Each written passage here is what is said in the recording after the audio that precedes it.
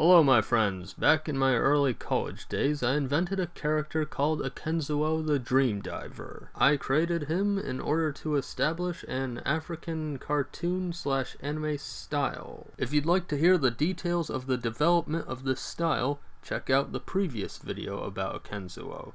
Today we will be talking about his lore, and we will be talking about more African educational information.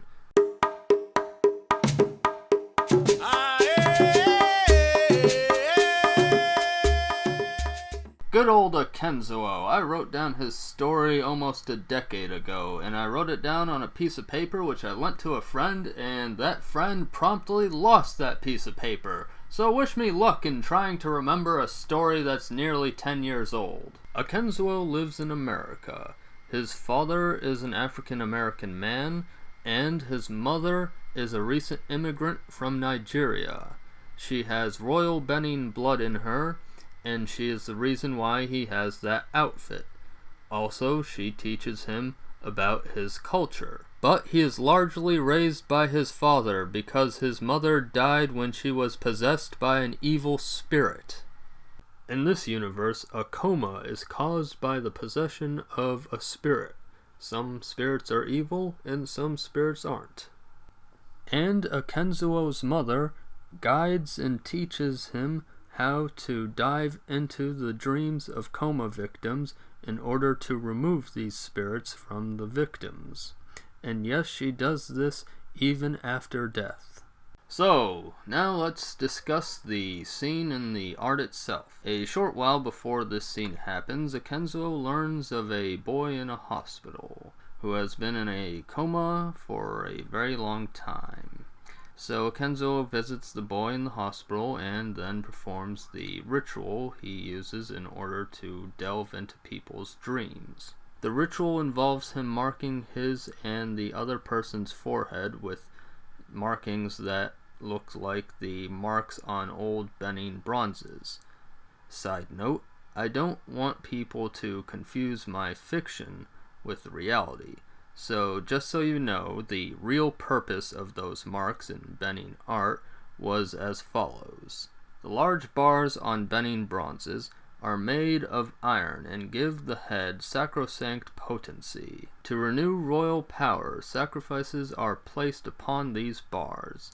The smaller bars are a cultural marker and are used to distinguish a sculpture as being either male or female or even a foreigner. So it had nothing to do with jumping into people's dreams like how it is in my fictional story. Now, if I were to revive my old story of Akenzuo today, I might modify this ritual. I could perhaps take it in one of two directions. One would be to merge his story into the universe of my video games and have him enter people's minds through a trance dance like my female witch protagonists can do, which, of course, if I merged it into that continuity, real-world locations like America and Nigeria don't exist in that universe. But anyway, now you're probably wondering about my video game, but I'm keeping that a secret until I finish the next update on it. So, yeah, moving on. The second way I might do the whole dream diving thing nowadays would be to have Akenzuo channel the god Eshu. Because back when I first presented this art in college, a professor told me he really liked the art, and also he told me the god Eshu could go into people's dreams. And I never forgot that because, well, why would I? That's a really cool thing to know. And if I went with this version, I would keep him in his own continuity. Anyway, hopefully you didn't mind learning about the whole creative thought process that I put into the dream diving ritual. So once Akenzuo finally arrives in the dream world of this unconscious boy, he finds a surrealist landscape with a warm sky covered in symbols, a patterned blue ground, twisted purple mountains, as well as other strange formations that didn't make it into the final image, but were in the rough sketches. When Akenzuo does find the boy, he sees him playing with his own head, as if it were a ball. The boy is blissfully unaware that a spirit is possessing him. Now at this point, I should mention the two spirit partners who help Akenzuo. I can't recall if I ever named them. I probably did, but it's been years, folks. Let's call them Ikuon and Ema, which from what I've read means song and drum in the Edo language, which is of course the language of the Benin.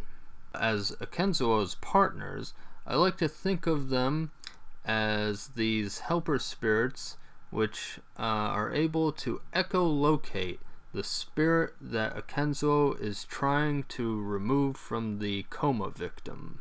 These little dudes can echolocate because one has string instruments for arms and the other has a drum for a body. Akenzuo's little partners reveal the spirit to him soon after meeting the boy.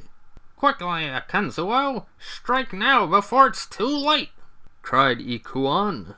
"Don't worry, kid, just stay behind me, you'll be alright," Akenzuo said as he swiftly placed the boy behind him.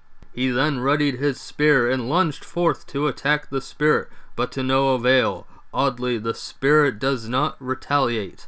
It seemed that this foreboding spirit did not bear the same evil intent as the one that killed Akenzuo's mother. Therefore, Akenzuo laid down his spear and tried to communicate. One of his partners, Ikuon, snarkily stated, "You should have tried that from the start." "Wasn't it you who said to attack?" replied Ema. "Hey, don't put words into my strings," Ikuon retorted. So with the help of his partners, Akenzuo attempts to translate the words of this shadowy spirit. The translation is not perfect, however. The spirit seems to speak in an ancient tongue that has likely been forgotten for countless generations.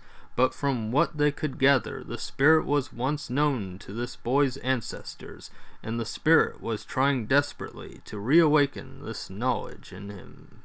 Unfortunately, the boy was not ready to understand this knowledge. Therefore, Akenzuo cast a luminous spell which freed the boy from the spirit-induced coma. When the boy awoke in the hospital, Akenzuo gave the boy's parents a medicine bundle which he instructed them to keep under his bed. In 5 years he should commission a wood carver to sculpt the spirit he saw in his dream, and then offer the mask food and drink. Then he will be ready to hear the knowledge of the ancestors. Hope you enjoyed the story. Frankly, I did retcon it a bit from what it used to be, and I did that because I wanted it to gel a bit more with some of my later college works, one of which I intend to show you in a future episode. It's going to be a painting that I'll be showing you. And besides, I had to retcon the thing anyway because I can't remember what the original story exactly was anyway. But from what I recall, the spirit was more purely evil in my original intent, but I wanted to make it more ambiguous, more of a good guy, because I have some other later college works that are about spirits that try to reconnect with their descendants and teach them about their culture. And speaking about culture, let's get into the educational stuff. So, the way I composed this image was I was referencing Egyptian art.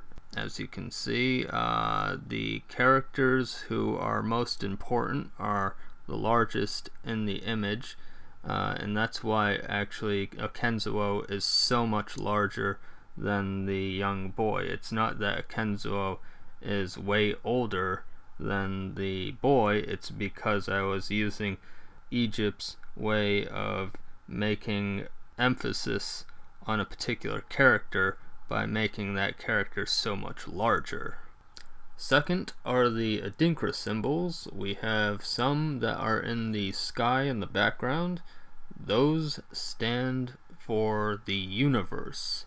Whereas we of course have the shining one in the center of the image. That stands for freedom. and Adinkra symbols are traditionally used by the Ashanti of Ghana.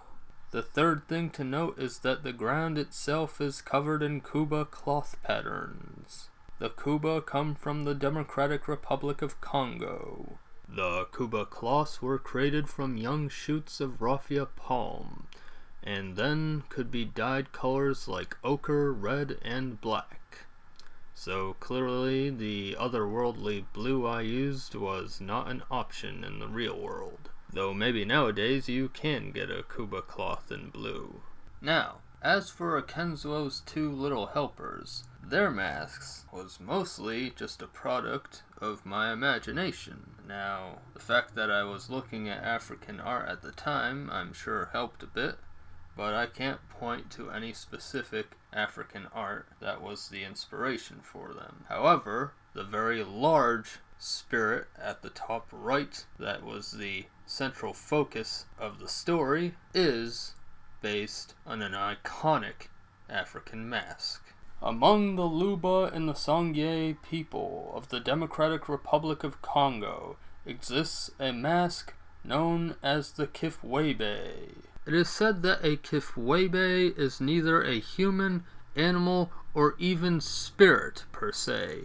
So even though in my story, for sake of convenience, I call it a spirit, in reality, I suppose it's more accurate to call it an undefinable esoteric entity of the universe. Yeah, let's go with that. These Bifwebe masks, which is plural for Kifwebe, were the instruments of the Bukishi organizations, which wielded both political power and the powers of sorcery. Their ultimate goal was to keep the ruling class in check. So yeah, since we can't seem to get Nancy Pelosi to impeach Donald Trump, maybe we should get a Kifwebe mask to impeach him from office. Anyway, there's more to say about the Kifwebe, but I'm sure to talk about this mask more in the future. For now, the last thing I'll note is that the one I depicted in my artwork is based on a female Kifwebe mask. That concludes today's video. Please join us again sometime, and you can do that by subscribing. And if you want to be notified when I make a new video, try clicking that bell-shaped icon. Thank you for watching.